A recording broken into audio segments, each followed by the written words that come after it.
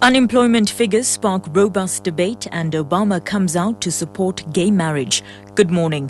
A war of words has erupted between COSATU and the DA around the latest labour force survey figures, which show that unemployment has risen past the 25% mark. The DA's youth wing claims jobs are not being created because COSATU has stopped government from implementing a youth wage subsidy. The youth wing's Magashule Ghana.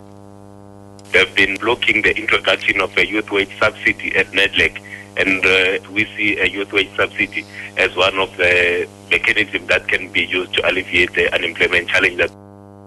Staying with that story, COSATU has denied some economists' allegations that bureaucracy is strangling smaller companies. The Labour Federation's Patrick Craven. A lot of the so-called red tape is in fact laws which have been introduced to protect businesses from each other.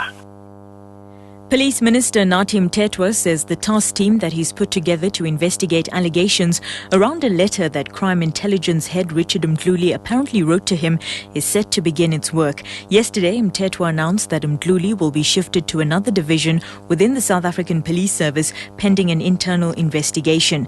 Mthethwa made the announcement during a debate on his budget vote in the National Assembly. I have instituted a team led by the State Law Advisor to investigate such allegations because they are so serious as to suggest the meddling of policing function in politics. Sanral says engineering executive Koos Smit will act as its CEO when Nazir Ali leaves in June. Ali announced his resignation on Tuesday. His resignation comes just over a week after a judge halted the rollout of the Gauteng e-tolling system. Africa ICT expert Dobek Pater says the launch of the 140,000-kilometre undersea West African cable system in Cape Town on Friday will help to reduce international data connectivity pricing by 50%. Pater was speaking at the launch of the IT Web Africa in Johannesburg, where a number of issues regarding inter-Africa connectivity were addressed.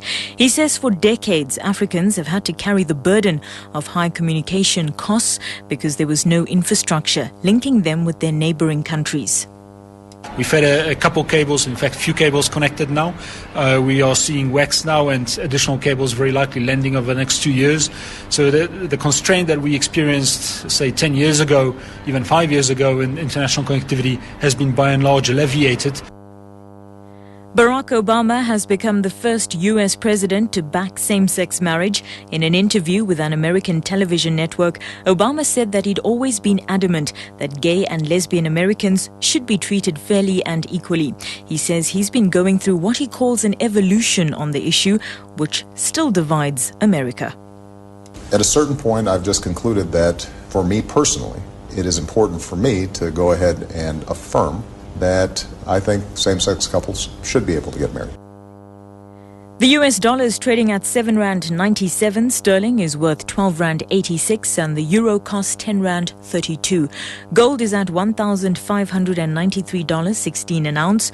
The spot price of Brent crude $112.39 a barrel.